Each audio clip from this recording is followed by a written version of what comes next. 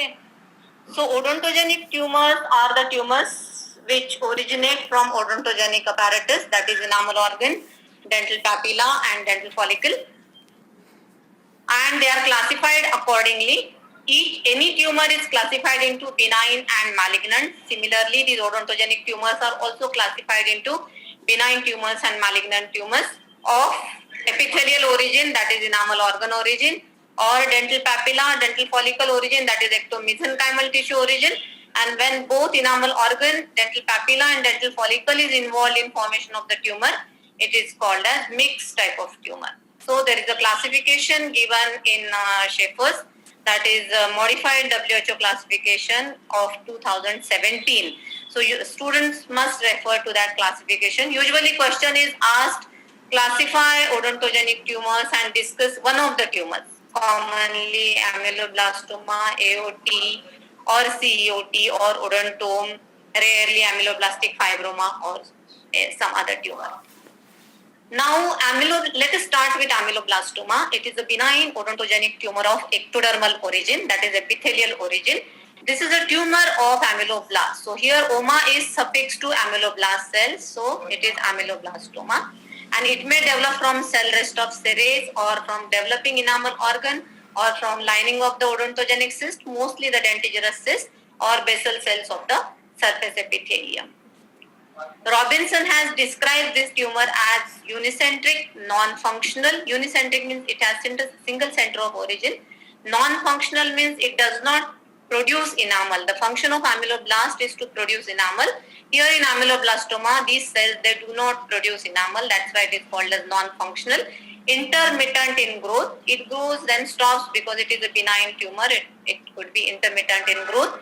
It is anatomically benign and clinically persistent type of tumor. It is called as anatomically benign because it does not invade or metastatize to distant parts, but it remains persistent as it spreads through the narrow spaces. So this definition is very, very important. So whenever you are discussing ameloblastoma, define it and mention this Robinson's definition. Now, clinico-radiographically, ameloblastoma manifests in three forms, that is conventional, solid, multicystic. Most of the ameloblastomas are multicystic or solid in nature. Unicystic, they are 13%, and peripheral or extraosseous ameloblastomas, which are very rare. Patient's age is middle-aged to elderly. Sex predilection, slightly more common in men. And 80% of ameloblastomas are found in mandible, and out of that 70% are common in the posterior part of the mandible. Radiographically, there is radiolucency. This could be unilocular or multilocular, and when these locules are small, that is called as honeycomb appearance, and when the locules are large, they are called as multilocular appearance. Histologically, ameloblastomas have various types, that is follicular type, which is most common. Plexiform type is also common. Acanthomatous type, granular cell type, desmoplastic, basalite type, unicystic ameloblastoma also. Now, this figure shows distribution of ameloblastoma.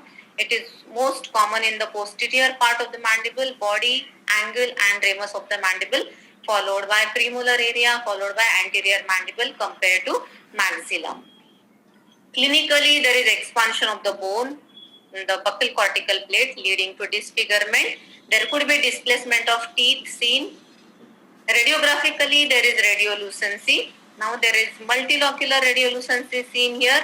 There are multiple locules seen. These locules are large. So this could be called as soap bubble appearance. Also there could be resorption of roots of the teeth in the associated area is seen. So there is again irregular resorption of the mandible, and this tumor spreads through narrow spaces. And that's why it is called as clinically persistent type of a tumor. Now in treatment, curettage is contraindicated because curettage leads to recurrence. That's why en bloc resection is recommended. At least 1 millimeter extra border of the normal bone has to be removed in order to prevent the recurrence. This is the most recurrent type of benign odontogenic tumor. Microscopically, this is follicular ameloblastoma. There are follicles lined by ameloblast cells. These ameloblast cells are tall columnar. They have darkly stained nuclei, blue color nuclei. The cells are polarized and pellucidate. And at the center of this follicle, you see stellate reticulum-like cells. This is the higher magnification of follicle. This is the plexiform pattern. The ameloblast cells are arranged in ribbon-like or plexiform pattern. Because there are narrow spaces, the stellate reticulum at center is less. This is the surrounding connective tissue stroma. This is again plexiform ameloblastoma. This is acanthomatous ameloblastoma, where the stellate reticular cells, they undergo squamous metaplasia, and the function of squamous cells is to form the keratin. So here you can see formation of keratin, and that's why it is called as acanthomatous type of ameloblastoma. This is granular cell ameloblastoma, where the cells of stellate reticulum and even sometimes ameloblast cells, they show granular cytoplasm. These granules are thought to be lysosomes, and this ameloblastoma is supposed to be more recurrent in nature. So you must know about this granular cell ameloblastoma as well. Here this is a microscopic picture of desmoplastic ameloblastoma, where follicles of ameloblastoma are seen. Some are open, some are compressed, and around these compressed follicles you can see connective tissue which is getting desmoplastic or dense. Because of this, these follicles are getting compressed. So this is called as desmoplastic ameloblastoma. Unicystic ameloblastoma is the ameloblastoma which develops in the lining of the cyst, and the most common cyst is the dentigerous cyst. These ameloblastomas are common in young individuals, and they are commonly associated with the impacted third molar in the mandible. Now, microscopically, there are three types: luminal, intraluminal, and mural.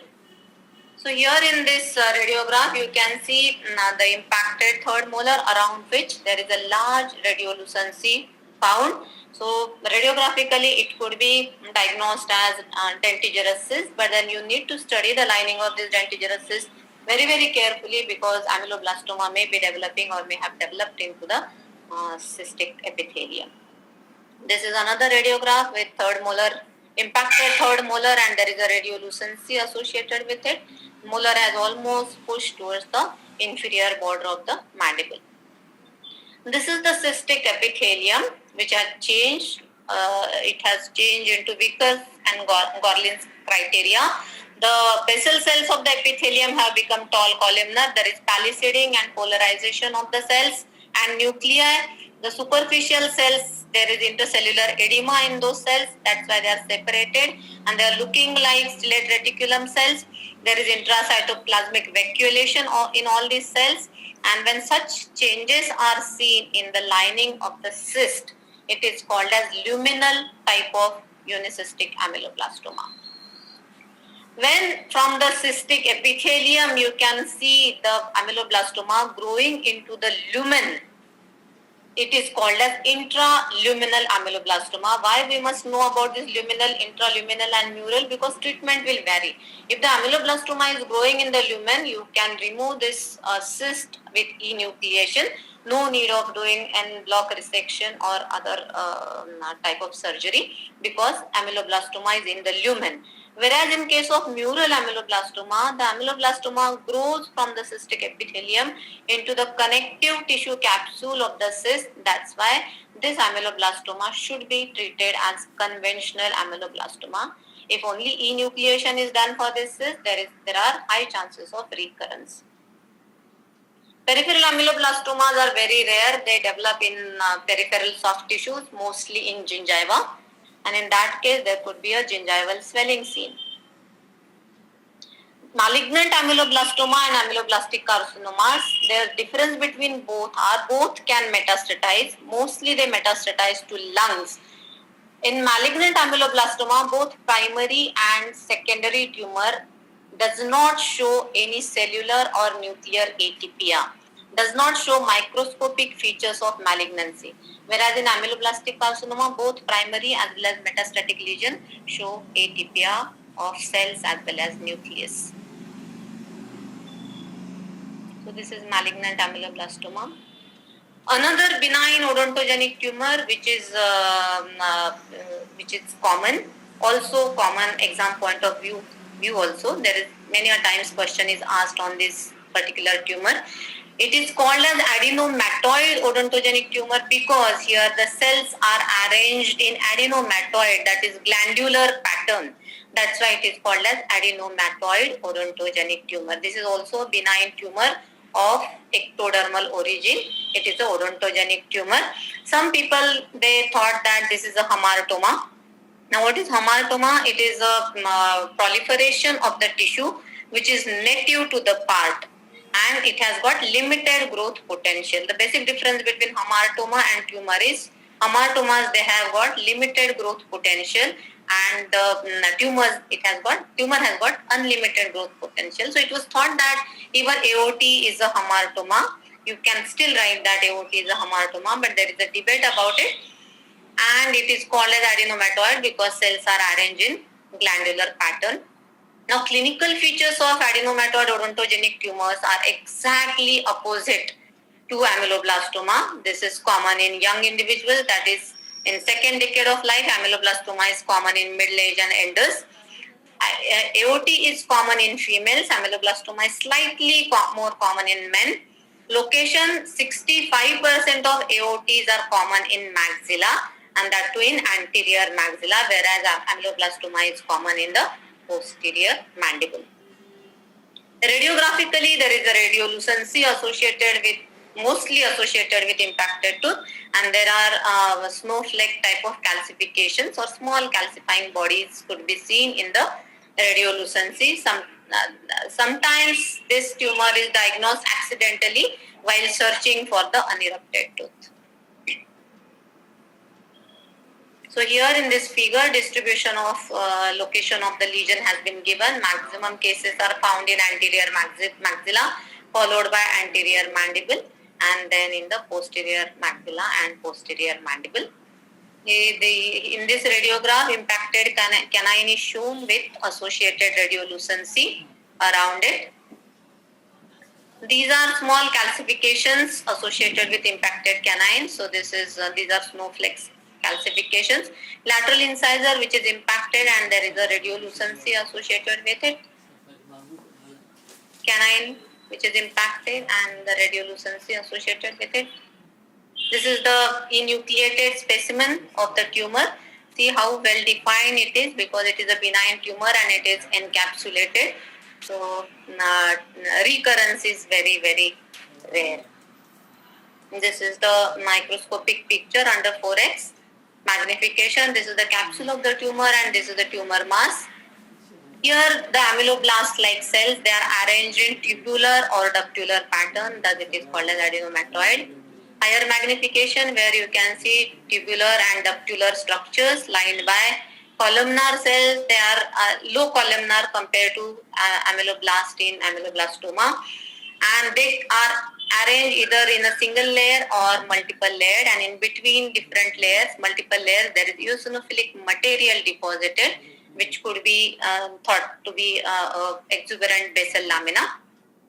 And when they are arranged in such multi-layered pattern, it is called as rosette type of appearance of aorta. This is again a very common question asked in Viva. Where do you find rosette pattern? So rosette pattern is seen in adenomatoid odontogenic tumor.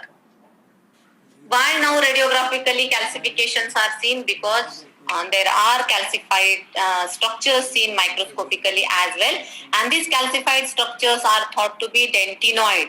So here this tumor has got inductive effect. So these cells, ameloblast cells, they have inductive effect which leads to formation of dentinoid-like structures which are seen as calcified bodies radiographically.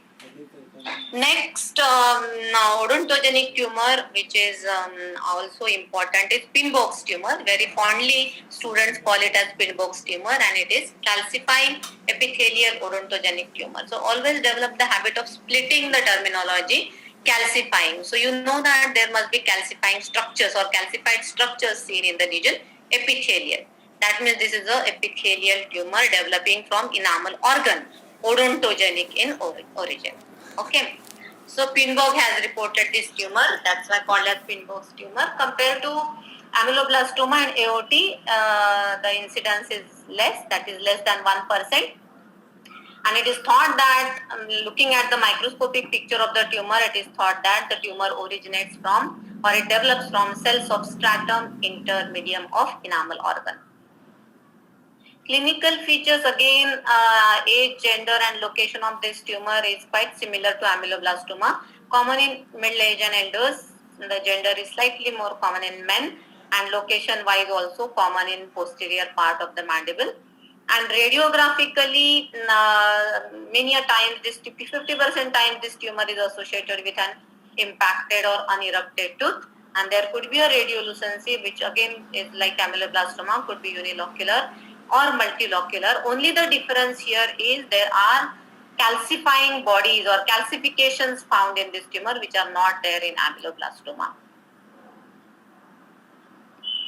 So here in this figure you can see distribution of the tumor location wise, common in the posterior part of the mandible, followed by posterior part of maxilla, anterior mandible and anterior maxilla. Radiographically, here in this particular radiograph you can see third molar which is impacted, almost inverted, and there is well defined radiolucency.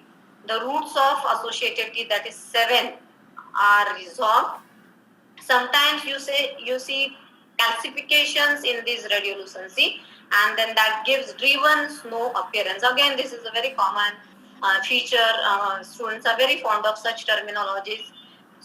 Driven snow or snow driven appearance. Where do you see this? This is seen in pin box tumor or calcifying epithelial odontogenic tumor, and it is seen due to flecks of calcifications which are seen in the radiolucency. This is again COT, where you can see multiple small locules, so multilocular appearance. So microscopically, this tumor has polyhedral cells. They are large, their nuclei are large, nuclei are darkly stained, sometimes they look dangerous also, but this is a benign tumor. The cells are attached to each other and we can appreciate here intercellular junctions. You can see concentric calcifications in this tumor which are known as Lees-Gang rings. Again, another favorite terminology of students. So, Lees-Gang rings are concentric calcifying bodies which are seen in COT.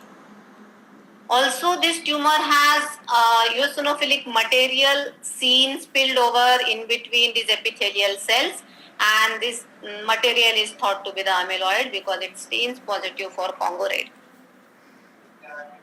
These are Lees-Gang rings.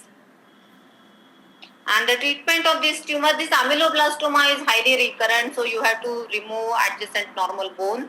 AOT you can remove with enucleation, there are no chances of recurrence. COT again has some chances of recurrence, so again you have to treat this tumor a little more carefully.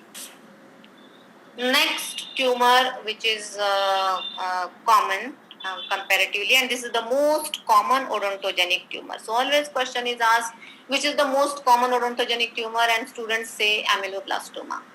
Ameloblastoma is not the most common tumor. The most common odontogenic tumor is odontoma. Okay, but odontoma is not the epithelial tumor. Odontoma is a mixed odontogenic tumor. That means it develops both from enamel organ and ectomesenchymal tissue, that is dental papilla and dental follicle. So you are going to see the structures developing from all these odontogenic apparatus. So this is the most common odontogenic tumor. It is oma is a tumor and odontome is a tooth. So tumor which looks like a tooth or teeth, multiple teeth, is called as odontoma. Again, this is supposed to be a hamartoma and not a true neoplasm, and that's why it does not grow to a very large size. So the difference between hamartoma, choriostoma and teratoma you must know, because these are the questions which may be asked. So choriostoma is proliferation of the tissue which is not native to the part. For example, supposing the osseous tissue develops in the tongue, so that is choriostoma because bone is not found in the tongue. And teratomas is the proliferation of multiple tissues in an abnormal location. So for example, teratomas developing in ovaries, which is very common. So here you can see ectodermal structures, mesenchymal structures, mixed structures. Like example, teeth growing in ovary, hair growing in ovary, salivary glands in ovary. So all these structures are seen. That is called as teratoma. So you must know what is hamartoma, what is the choriostoma, and what is teratoma. Odontomas are again clinically similar to AOT, that is adenomatoid odontogenic tumor. They are common in young individuals during the second decade, and the gender predilection is almost equal. That is common in females. AOT is common in females. And location-wise, compound odontomes are common in anterior maxilla, and complex odontomes are common in posterior maxilla. Radiographically, sometimes odontomas are very small as they are hamartomas. So when they are very small, they are sometimes diagnosed accidentally. You try to take radiograph or some other thing and you find calcifying bodies like this. Or the tooth is impacted and you take the radiograph and you see calcifying bodies or calcified bodies like this. Or sometimes they grow to a large size and cause expansion of the cortical plate, resulting into a bony, hard swelling clinically evident. So here you can see multiple calcified structures. Some are looking like teeth. So it could be a compound odontoma. When you study this compound odontome microscopically, this is the enamel space. Enamel is washed away during decalcification. This is dentine and this is dental pulp. So they are organized in a tooth-like fashion. So this is a compound odontome. This is a cross section and this is the longitudinal section of this. Again, a compound odontome, impacted lateral incisor with associated lesion, multiple calcified bodies. They are looking like teeth and they are always surrounded by a radiolucent border. That is the capsule. That is the connective tissue capsule. This is again compound odontome. This is the complex odontome where a large calcified body is seen in the posterior part of the mandible. There is no resemblance to tooth structure at all. So this is a complex odontome. This is the microscopic picture of complex odontome. Enamel, dentine, cementum, pulp, periodontal ligament, they are all randomly arranged